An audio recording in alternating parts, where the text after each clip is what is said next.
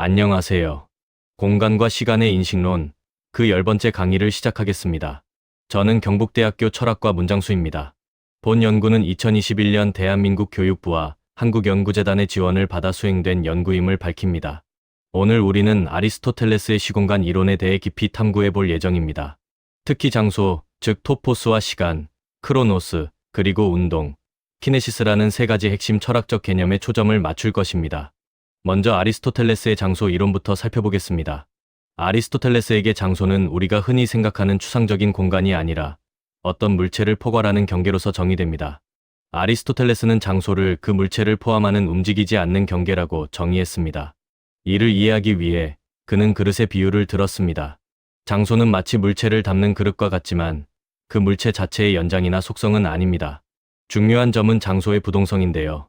장소는 개별 물체의 이동과 상관없이 고정되어 있어야 합니다. 또한 아리스토텔레스에게 장소는 항상 다른 물체에 의해 포괄되는 표면으로서의 접촉적 공간을 의미했습니다. 이러한 장소 개념은 공간에 대한 아리스토텔레스의 통찰로 이어집니다. 그는 진공은 존재하지 않는다고 단언하며 자연은 진공을 혐오한다고 말했습니다. 다시 말해 장소는 항상 무언가 진료로 채워져 있어야 하며 비어있는 무한한 공간이라는 개념은 성립할 수 없다고 보았습니다. 장소는 물체들 간의 관계에 의해 정의되는 관계적 장소이며 물체가 없는 곳에는 장소도 존재하지 않습니다. 이러한 관점에서 우주는 가장 바깥쪽 하늘에 의해 포괄됨으로 유한하며 그 바깥에는 장소도 진공도 존재하지 않는다고 보았습니다. 다음으로 아리스토텔레스의 시간 이론, 즉 크로노스에 대해 알아보겠습니다. 그는 시간을 운동의 수로 정의했습니다. 아리스토텔레스는 시간을 이전과 이후에 따른 운동의 수이다라고 정의했습니다. 시간은 운동 그 자체는 아니지만 운동 없이는 존재할 수 없는 운동과의 밀접한 관계를 가집니다.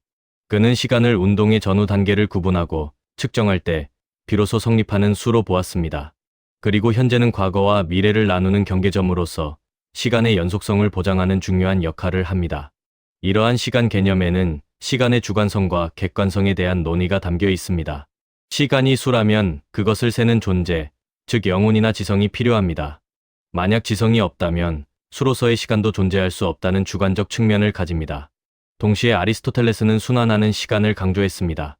가장 완벽한 운동은 천체의 원운동이며 따라서 시간은 천체의 회전에 의해 측정되는 주기적인 성격을 띈다고 보았습니다.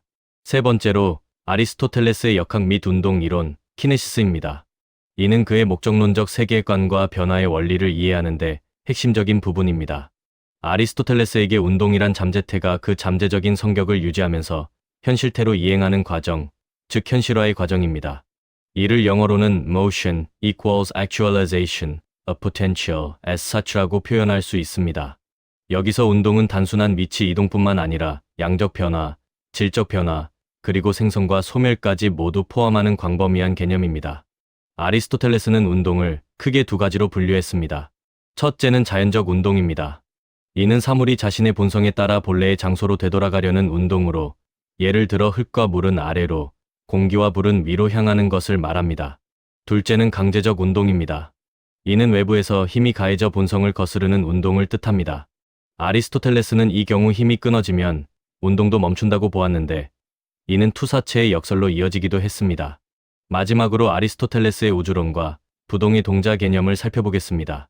그는 우주의 영원한 원운동의 기원을 설명했습니다. 천상의 영역, 즉 달 위의 세계는 우리가 사는 세계의 사원소가 아닌 제원소, 에테르로 구성되며 완벽한 원운동을 한다고 보았습니다. 이러한 영원한 운동을 유지하기 위해서는 스스로는 움직이지 않으면서 만물을 움직이게 하는 근원이 필요하며 이를 제1운동자 혹은 부동의 동자라고 불렀습니다. 이 부동의 동자는 목적론적 원인으로서 마치 사랑의 대상처럼 만물이 그 완벽함을 동경하게 함으로써 운동을 유발하는 존재입니다. 오늘은 여기까지입니다. 긴 시간 경청해 주셔서 감사합니다. 수고 많으셨습니다.